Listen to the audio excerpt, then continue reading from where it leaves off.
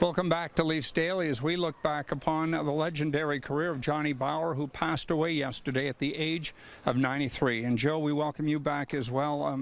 I know, having known you for over 2 decades, this was the man you idolized growing up in Sudbury, and then get an opportunity to meet him as voice of the hockey club. Your feelings on the passing of the great Johnny Bower?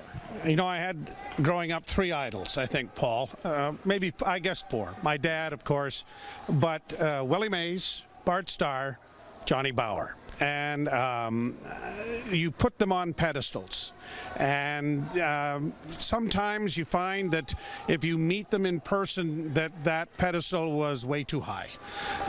There was no question that this one I put John on was way too small. After meeting him, never mind that he was a Hall of Fame goaltender, never mind that he arrived on the scene so late and showed the perseverance of tenacity of being able to play in the best league in the world when there were really only 6 goalies that played the entire season.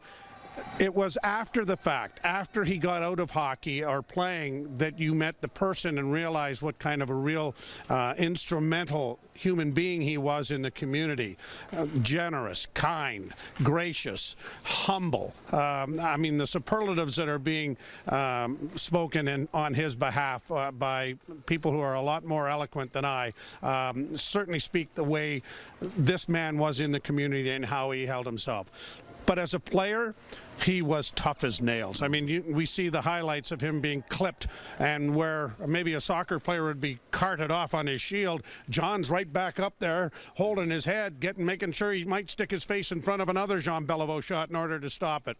In practice, one of the things I'll never forget was watching him practice, and if somebody shot the puck in the net, that thing got out of there just as fast as it went in. He did not want any black rubber in behind him in that net, and it was something that his teammates would tease him about and just throw pucks in the net, and John would get upset and fire them right back out again. So they had a lot of fun with the goalie, but in the end, he was the backstop. He was the guy that was there for them, and now they're there for him as well. Johnny's moved on to heaven, and I think of his wife Nancy, and what a figure she was in his career. Johnny's entrenched in Cleveland in the American Hockey League, a great goaltender. She had to convince him to come to Toronto at age 39 and 4 Stanley Cups in the offing. He grew up in the Depression. John knew the value of $1. So when someone said they were going to suspend him, John went. There was no question about that. And I love the story in the playoffs when he did the splits in a series against the Blackhawks against Bobby Hull and injured his groin.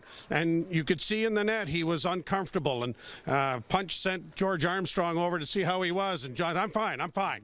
Went back. He says he's fine. Well, he's not fine. Go and find out. Tell him to come to the bench. Well, Punch wants you to come to the bench. I'm not going to the bench. Skated back. Says he's not coming to the bench, Punch. He said, go back and tell him he's fined $25 if he doesn't come to the bench. Well, John, he's going to fine you $25. I'm gone. He went to the bench. That was the only way you could get him out.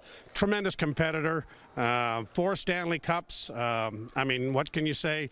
And the grandfather of this franchise. 100 years this franchise has been around. John's been around for 93.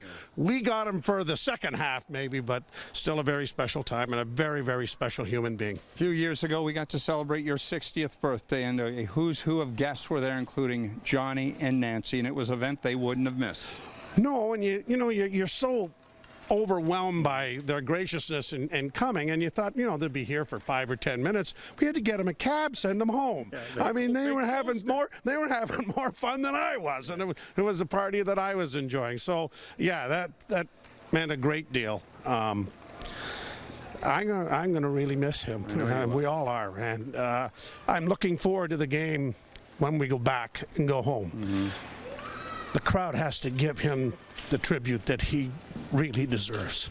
I mean, 5-10 minutes nonstop. January 2nd when Tampa comes to town. Thank you, Joe.